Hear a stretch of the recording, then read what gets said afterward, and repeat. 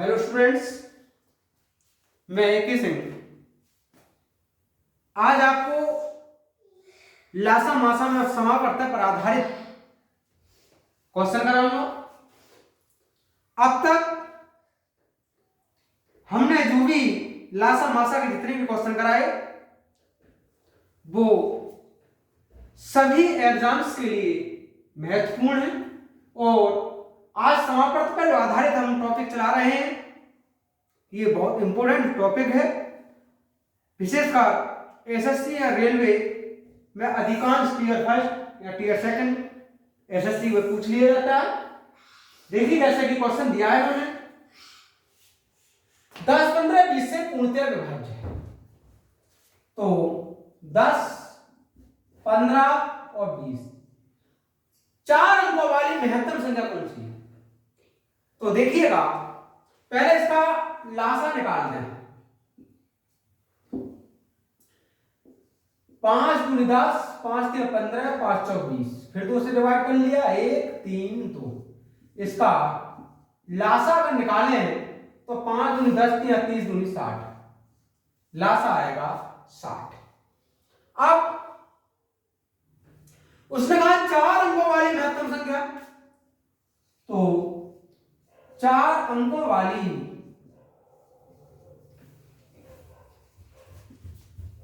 महत्तम संख्या या सबसे बड़ी संख्या होती क्या है? वैसे ये होती है 9,999।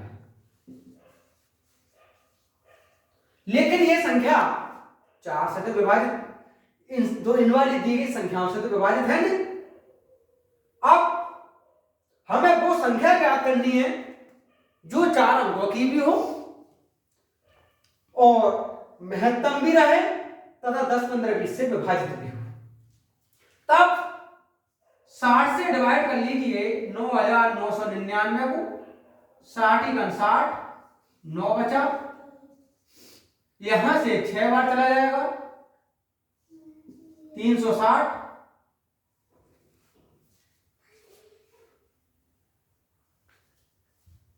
यहां से फिर 6 बार चला जाएगा, 39। इसका मतलब जो संख्या होगी वो इन दोनों का ही गुणज होगी, क्योंकि अगर हम 60 ले लें तो ये 60 से ज्यादा बचने लगेगा, 39 60 से कम है। तो महत्तम संख्या जो रहेगी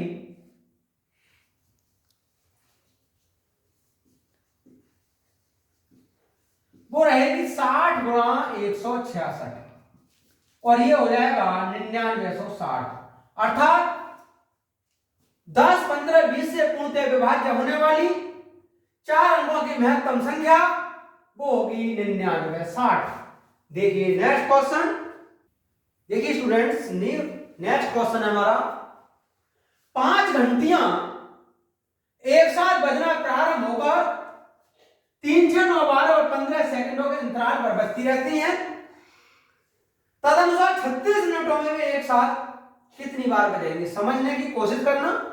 इस प्रकार के सवाल हमारे रीजनिंग में भी पढ़ाए जाते हैं, तो इसलिए मैं पूरी कोशिश करूंगा समझाने की।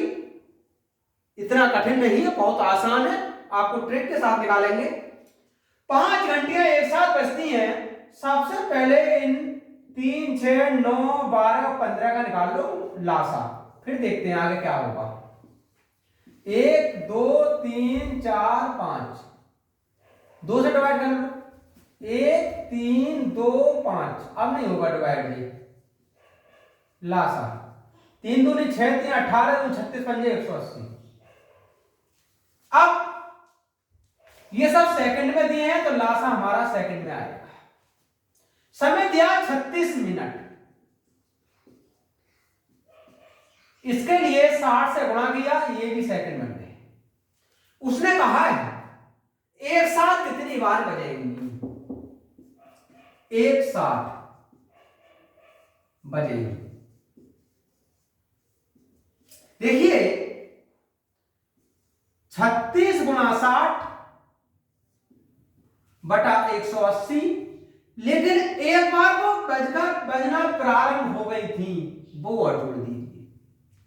अरे भाई जब 5 घंटियां प्रारंभ हुई थी तो एक बार वो बज गई थी, एक साथ बजकर बजना प्रारंभ होकर तब इतने के अंतराल में बची हैं, बाद में तो एक बार ही पहले ही बज चुकी हैं।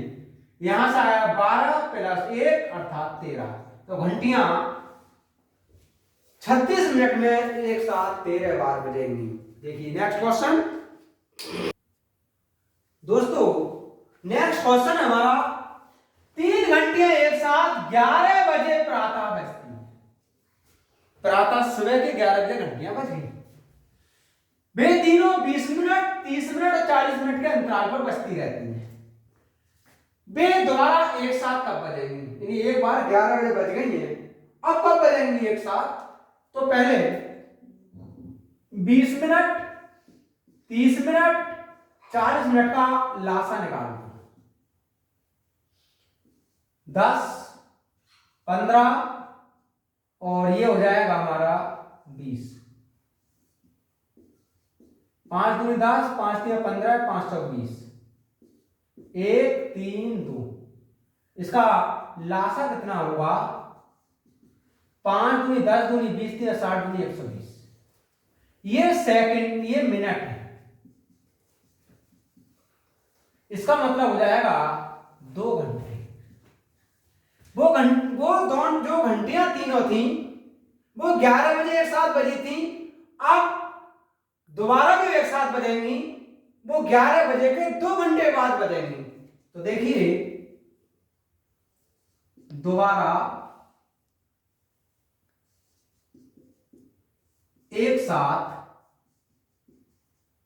बजने का समय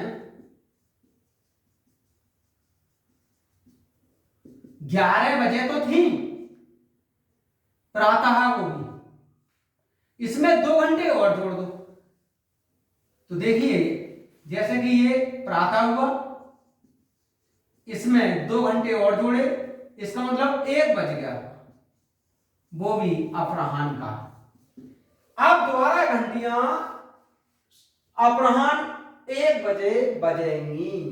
देखिए नेक्स्ट क्वेश्चन, देखिए दोस्तों नेक्स्ट क्वेश्चन हमारा 3 अलग अलग चौराहों पर यातायात से संबंधित बत्तियां क्रम से 24 सेकंड, 36 सेकंड और 54 सेकंड के बाद रंग बदलती रहती हैं।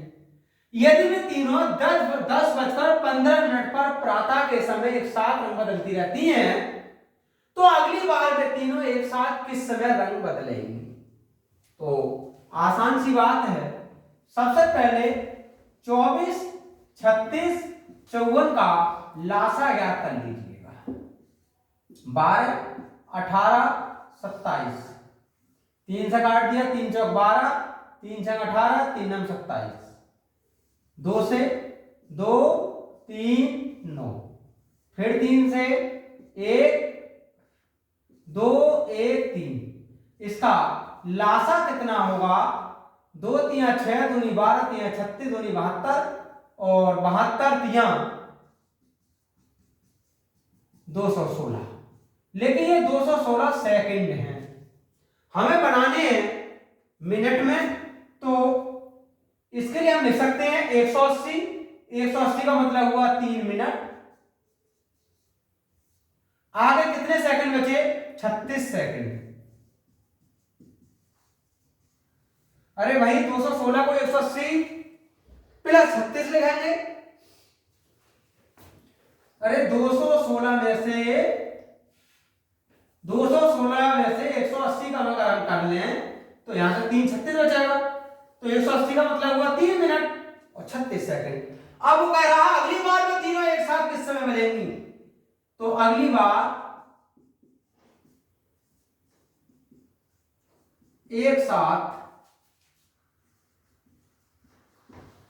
बजने का समय पहले बजी थी वो 10:15 पर, इसमें वो भी AM पर। जोड़ लीजिए 0 घंटा 3 मिनट 36 सेकंड, ये हो जाएगा 10:18 मिनट 36 सेकंड AM पर प्रातः, यानी प्रातः 10:18:36 पर वे तीनों घंटियां एक साथ बदलेंगी। देखिए नेक्स्ट क्वेश्चन।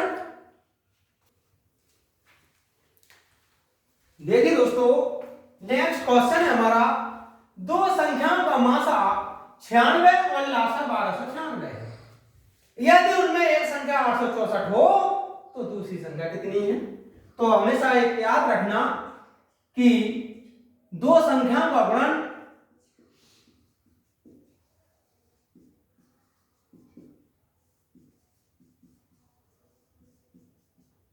बराबर होता है उनका लासा गुणा मासा, यानी जो भी दो संख्या दे रखी है उन संख्याओं का गुणनफल उनके लासा और मासा के गुणनफल के बराबर होता है।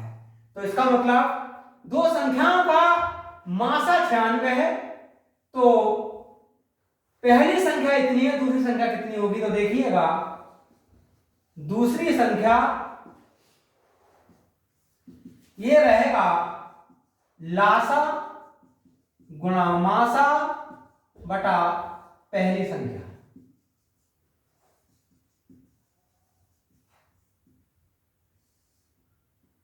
तो लासा कितना है? 1296, मासा 96, एक संख्या 864। काट लीजिए इसे।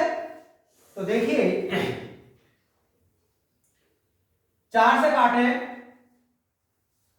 4 दूनी 8, 4 कम 4, 4 संग 24, 4 दूनी 8, 4 चौक 16। फिर और काट लीजिए 4 से, 4 संग 24, 4 पंजे 20, 4 चौक 16। आप 9 से काट लीजिए, 9 छंग 54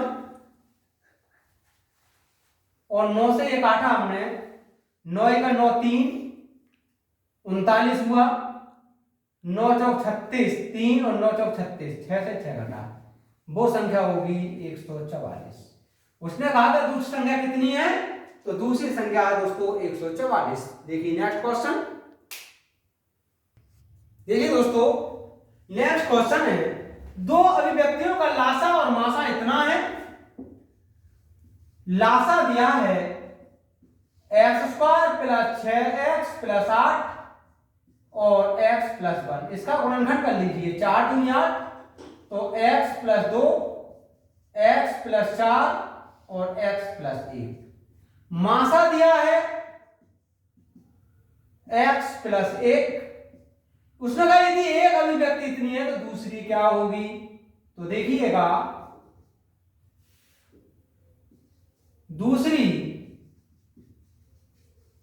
अभिव्यक्ति ये रहेगा लासा x + 2, x + 4 और x + 1 गुणा मासा x + 1। पहली अभिव्यक्ति ये वाली, और इसके गुणनखंड करेंगे तो x + 1 और x + 2।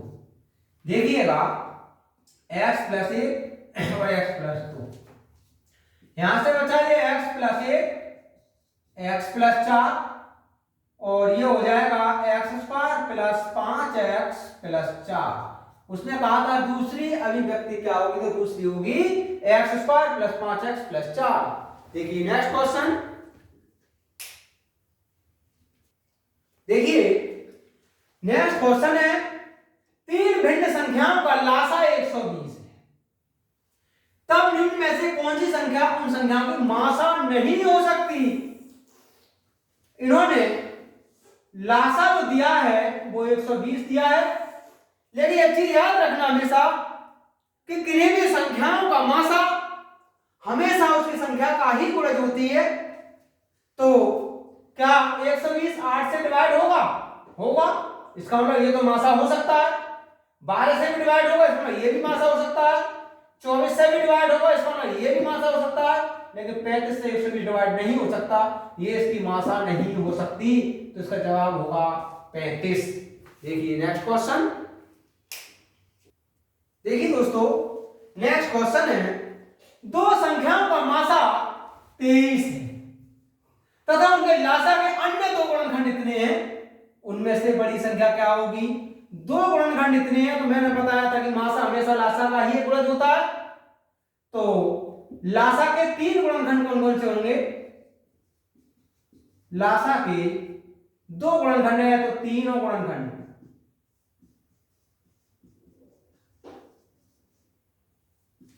ये हो जाएंगे 13 गुणा 14 लेकिन 23 और होगा। उसने कहा है उनमें से बड़ी संख्या क्या होगी तथा लासा के 2 गुणनखंड दिए हैं, तो पूछना चाह रहा है बड़ी संख्या कितनी हो जाएगी?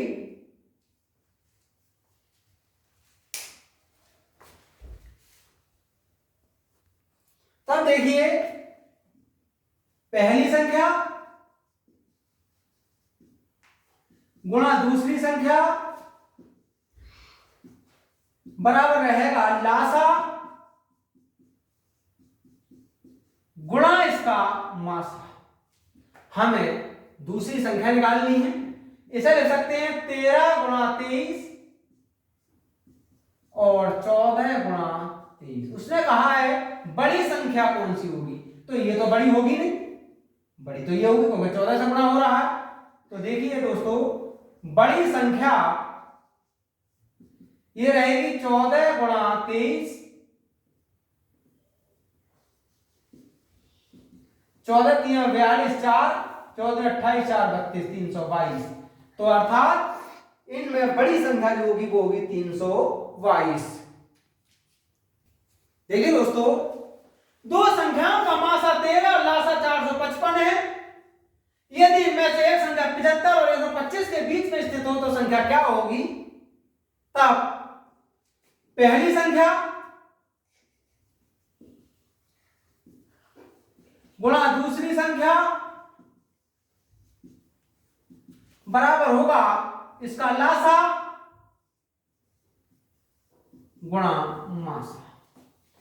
इसके गुणनखंड कर लीजिए 13 गुणा 7 गुणा 5 गुणा 13। इसे लिख सकते हैं हम 13 7 91 और 13 पंजे 65।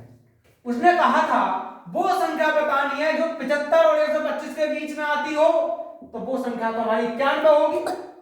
तो संख्या होगी